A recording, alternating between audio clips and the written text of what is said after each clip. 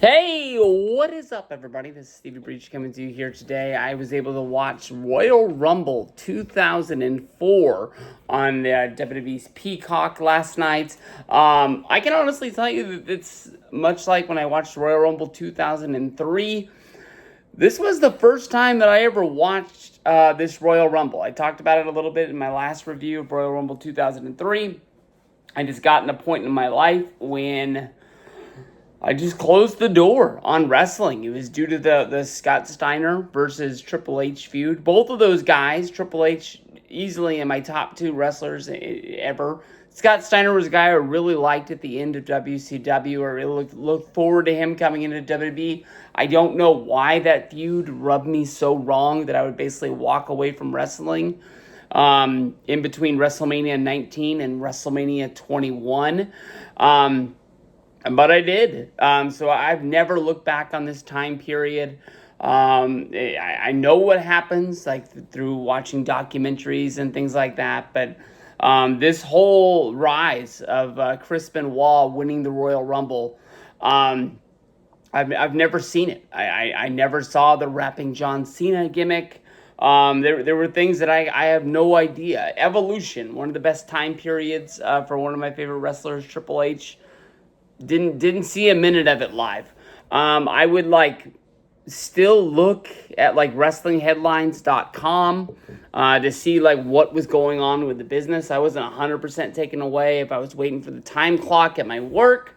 The magazines used to be put right next to where the time clock was, so I would look at a WWE magazine or a SmackDown magazine when it came out. I remember looking at it for the next pay-per-view in line and just not understanding why Eddie Guerrero was main eventing a pay-per-view, and he was actually on the pay-per-view poster for No Way Out.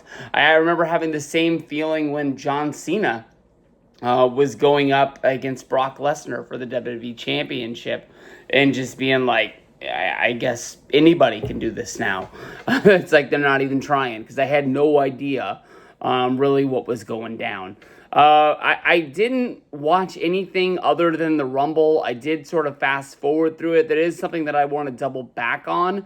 The main event, besides for the Royal Rumble, was Triple H wrestling against Shawn Michaels for the World Heavyweight Championship. Looked like it was going to be a barn burner of a match. Other than that, Evolution versus Dudley Boys, Rey Mysterio versus Jamie Noble, Eddie Guerrero versus Chavo Guerrero, Brock Lesnar versus Hardcore Holly. Didn't really look like anything that I was really missing out on.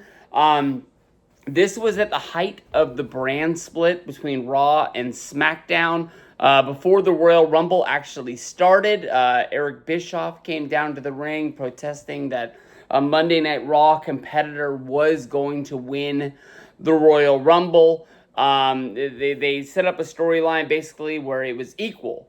They don't really do it anymore because it's just kind of randomized. Like this year's Royal Rumble, we only know 6 people that are going to be in the Royal Rumble a day before it happens. I guess that opens up the mind for a lot of surprises, like maybe the Hurricane will be in there, maybe Booker T will be in there, maybe some legend from back in the day, like Scotty 2 Hotty will show up. Or I was trying to think of some big star, but now with AEW and TNA being back, pretty much anybody who's anybody is signed to some sort of a contract. It's not out of the world that somebody like Matt Cardona could show up on a one-night deal. They've done that in the past. Most of the time they try to lock people up, but this is the new era of TKO, WWE, and maybe Triple H just says, hey, yeah, you can show up one night. It's going to help you on the indies. It's going to help you, get bookings. Maybe you can push that autograph and picture price up for a little while. So maybe somebody could show up. But, at this time period, it looked like they told us everybody that was going to be in there. I know that they ran an angle for Chris Benoit and John Cena on SmackDown that they had to participate in a match in order to qualify for the Royal Rumble. It was them against the FBI, who had came in from ECW. But if they lost the match, they weren't able to be in the Rumble at all. They both ended up winning. We knew that Chris Benoit was going to be the number one participant. So I'm guessing if you were watching Raw and SmackDown at this time, maybe you really thought that Benoit was the odds-on favorite to win the Rumble. Maybe they were making it that obvious that they wanted to build it around Benoit and WrestleMania 20. I'm not really sure, or if it just was out of the blue. I know that Kurt Angle came out and he guaranteed a victory in the Royal Rumble for the Armed Forces, which is kind of weird for him to make a promise like that and not follow through. But we had Benoit come out number one. We had Randy Orton, the Intercontinental Champion. He came out number two. Had a really strong showing. A member of Evolution at the time. He was followed by Mark Henry. And then we had Tajiri. Bradshaw came out number five. He actually was the first person eliminated. He was only in the Rumble for about 30 seconds. It's funny to think that within like roughly 6 months, Bradshaw is going to be transformed on SmackDown into the JBL character that we know as of today, and actually wins the World Heavyweight Champion. It's funny that, somebody that's going to go on to be a champion within 6 months is actually the first person eliminated. The year before, Shawn Michaels was eliminated from the Royal Rumble first by Chris Jericho, setting up their storyline for WrestleMania 19. I guess it's happened in the past that a major star, but somebody that, win the title for the first time to be dumped like that after 30 seconds, you think that's for the lowest of the lowers, the jobs of the jobs. Followed by Rhino. Matt Hardy would come out number 7. Scott Steiner. I believe this is his last pay-per-view appearance for WWE. It was only a 1-year deal, in and out. Once he came in, maybe his foot was never really healed up from what he was going through, the injury he sustained at the end of WCW. Once he got going in TNA, roughly around 2005 to 2006, I guess he had gotten over it. I never really heard about him bothering him again. I know that when he went to Puerto Rico and was wrestling the indies there, he got some sort of infection, and he ended up actually being stuck there for a long period of time. I have to look back on and see what that story was. But I know there was a time period he was booked actually for a TNA pay-per-view. Him and his brother were going to team up, and he actually wasn't able to make the pay-per-view. It was replaced by Animal. But I remember the story, but I don't remember all of it. So that's something that I'm going to have to go back on. Number 9 into the Rumble was a big surprise to me. It was Matt Morgan. Matt Morgan, I believe he came into the company through Tough Enough, that he was not actually a winner, but they liked his look, that they were able to, sign him for a deal. It wouldn't last that long. I think he had a stuttering gimmick or something like that. And it's kind of funny that they gave him a gimmick that there was really nowhere to grow from. But once he actually made it to TNA, definitely around like the 2009 and on thing, he seemed like the guy that, had the golden ticket, but TNA just never gave him the championship, never gave him the run that you thought was coming. He actually ended up getting on to the Rock's American Gladiator show on NBC, and that actually gave him like one big push in the company. I don't remember what he really did once he got out of wrestling, but I think it has something to do with like being a politician or something like that. But yeah, we'll look back on that. The Hurricane was number 10, followed by Booker T. Kane came in number 12. He, of course, would go on at WrestleMania 20 to have the big match against Undertaker. I don't know if they had ran some gimmick like they did in 2010 where Kane killed the Undertaker. But he was definitely being stalked by Taker because when number 13 went off, the gong sounded. It made it sound like the Undertaker was actually going to be an entrant in the Royal Rumble. Definitely everything stopped, and Kane was just looking up the ramp before Spike Dudley's music went off.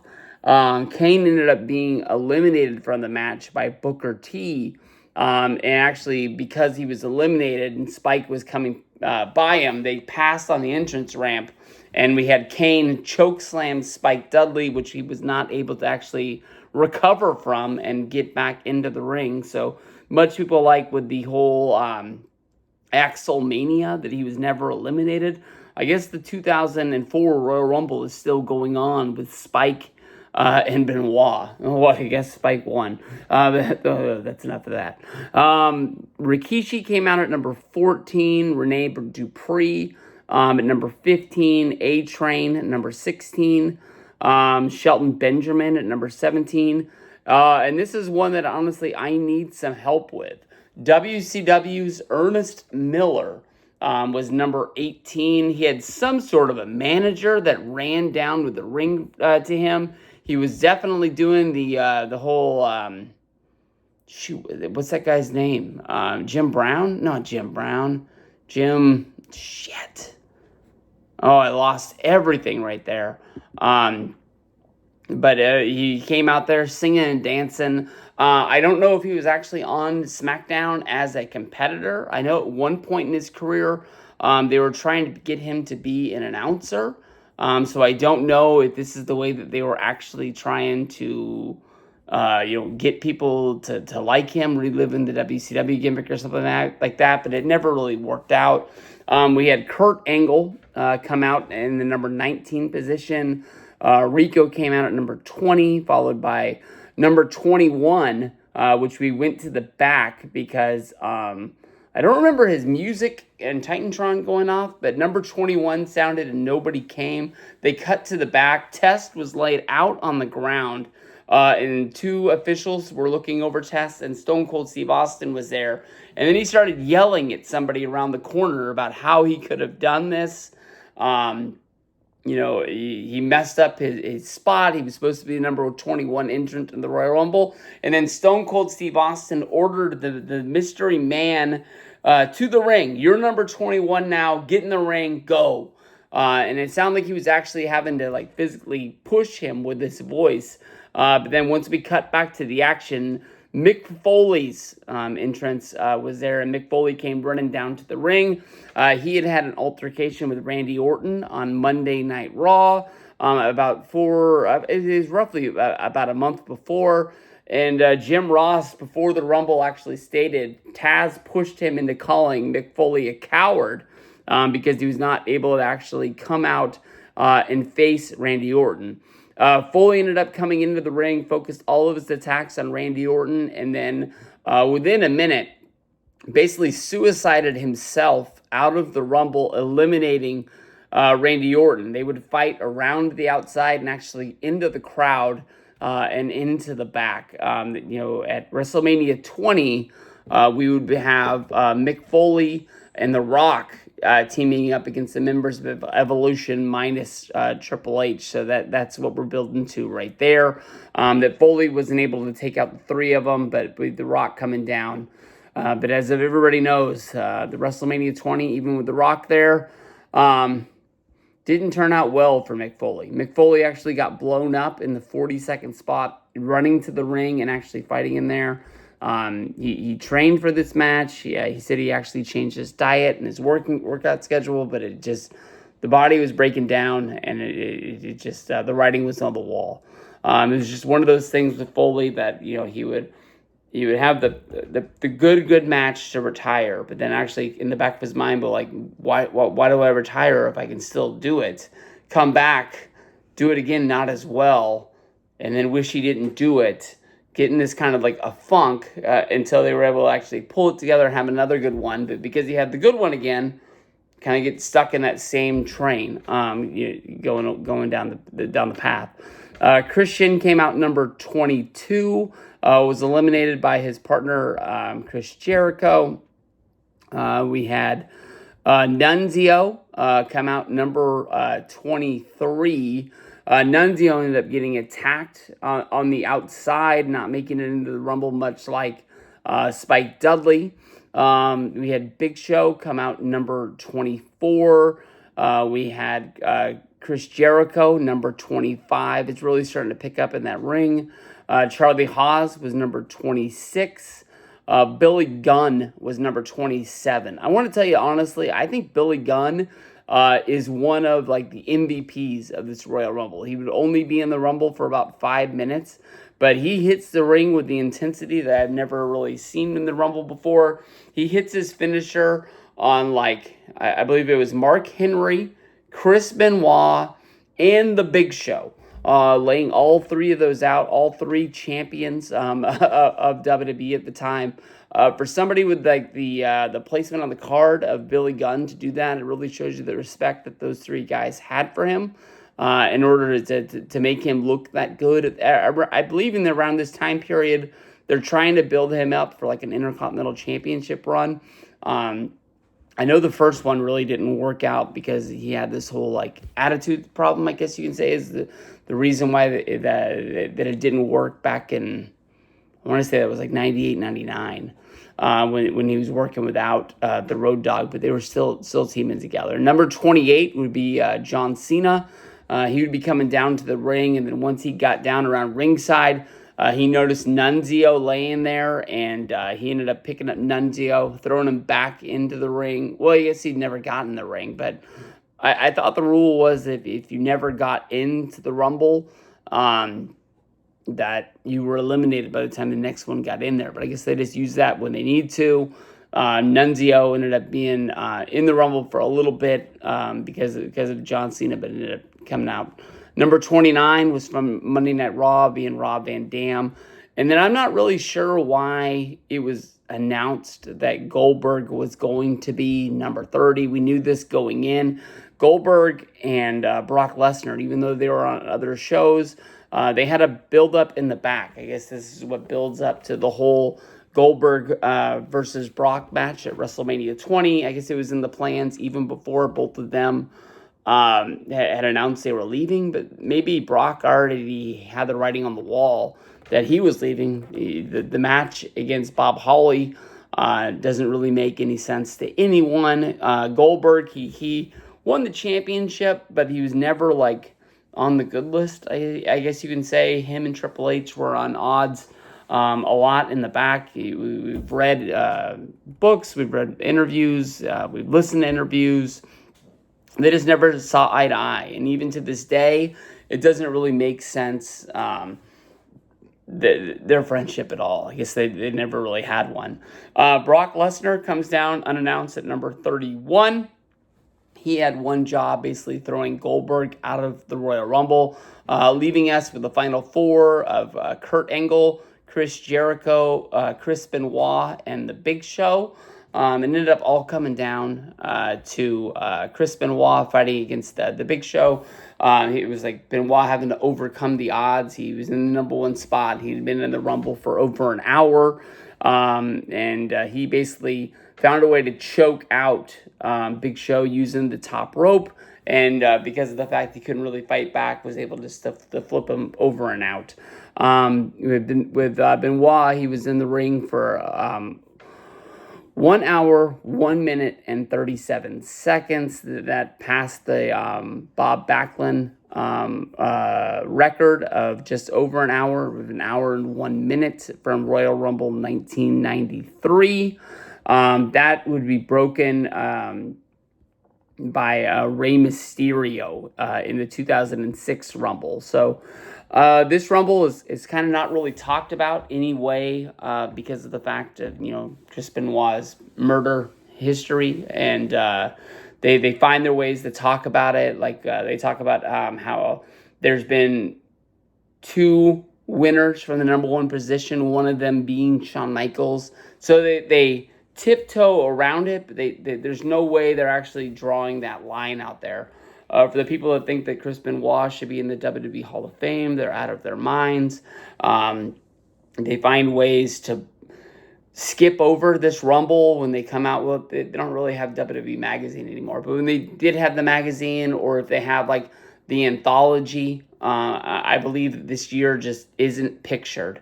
Sometimes I've seen it like a black box over Royal Rumble, and they have like some random facts that just don't say Chris Benoit on there. I've seen some people who replace Benoit's picture with Hardcore Holly's picture. But this is just, I guess, a black eye on wrestling because of what Benoit would do to later on. But it is what it is. And because Chris Benoit, he was a member of SmackDown when he actually won the Royal Rumble, he chose to go after Triple H, which they would find a way to tie in Shawn Michaels, which I have no idea how they put those pieces together, because Benoit was a Royal Rumble winner. Maybe it's because the Royal Rumble match ended in a draw with Shawn Michaels, that Michaels said he deserved a rematch as well, from it being a last man standing match. SmackDown, Paul Heyman ended up having a Royal Rumble on SmackDown, I believe just a few weeks after the Royal Rumble, where the 15 competitors got one more shot, and the winner ended up going on and winning a championship shot against Brock Lesnar at No Way Out. That, of course, was won by Eddie Guerrero. Eddie would, of course, win because of the outside interference, I guess you can say, by Goldberg, because Brock Lesnar was, he was looking the other way. He was distracted. That's the word I was looking for. So there is a lot of meat on the bone here, but it's just a Royal Rumble that nobody ever really talks about. I'm surprised it took me, 20 years to watch this show. It is what it is. We're crossing them off one by one. Peace out, everybody. I'll see you guys down the road.